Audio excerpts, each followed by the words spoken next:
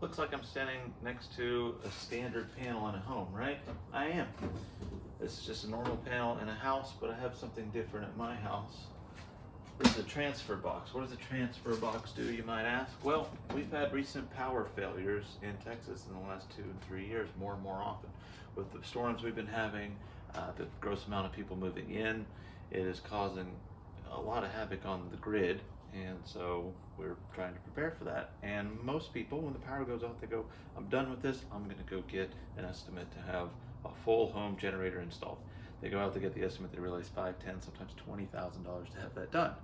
At my house, I've done it for $2,100. I'm gonna explain how I do that to you right now. So, first thing, of course,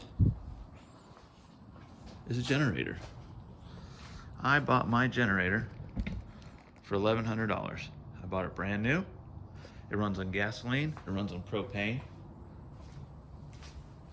We have 8,000 watts continuous. I can power 80% of my home on this generator. I can power my HVAC system, heating, air conditioning, either side of it. I can power my entire kitchen, stove, oven, everything. I can do all that off of this, run, watch TV, everything. My house is 1,800 square feet, 3 bedroom, 2 bath, nothing huge, but with an even larger version of this for $1,500, you could do a lot more. So you obviously know there's gonna be these 110 outlets on it. You could go around and start plugging things in the refrigerator and everything else, but get a transfer box. So this was $1,100. Transfer box, any electrician will install one. They're relatively inexpensive. I did mine for, I believe I paid right around $1,000 to have this installed. So this is a transfer box, and the transfer box is connected directly to the panel. Line power comes through. We have these switches that say line off generator, right? We have circuit breakers for the transfer box. We have our circuit breakers for the home here. So we have it labeled here. This is garage, number 8, or J. So we go over here, you'll see that the garage lights will turn off in the background. So those are off. If I was hooked up to generated power, they would go from line to off to generated power. So how do we get the generated power to here without running just a whole bunch of little switches? You see this big plug right here. So let me show you that. Get this back set up on the tripod. Right here, we have a gigantic plug. This plug right here is the same plug that you would hook up your RV to an RV park with.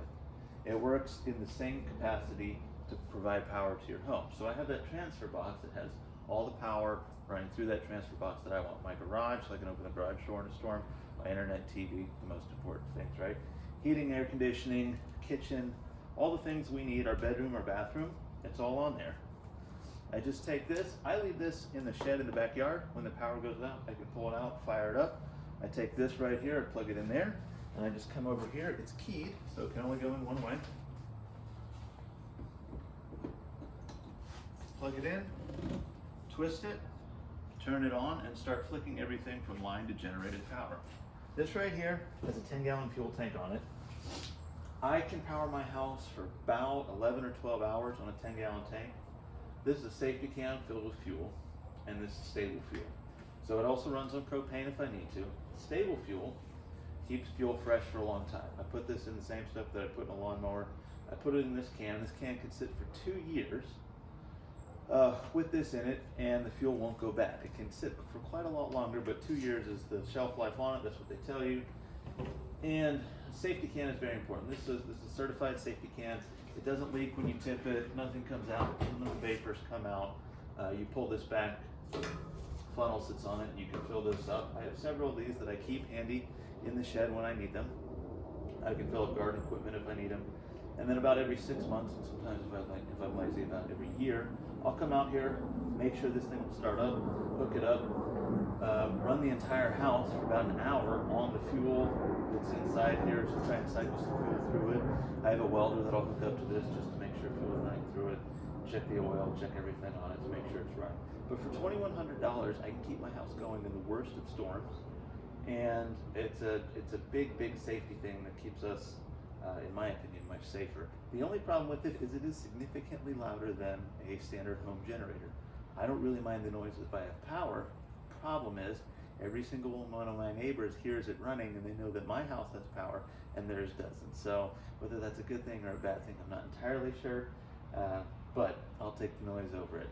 If you have any questions, leave them down below. I'll try and answer them, or email me directly. Thanks, guys.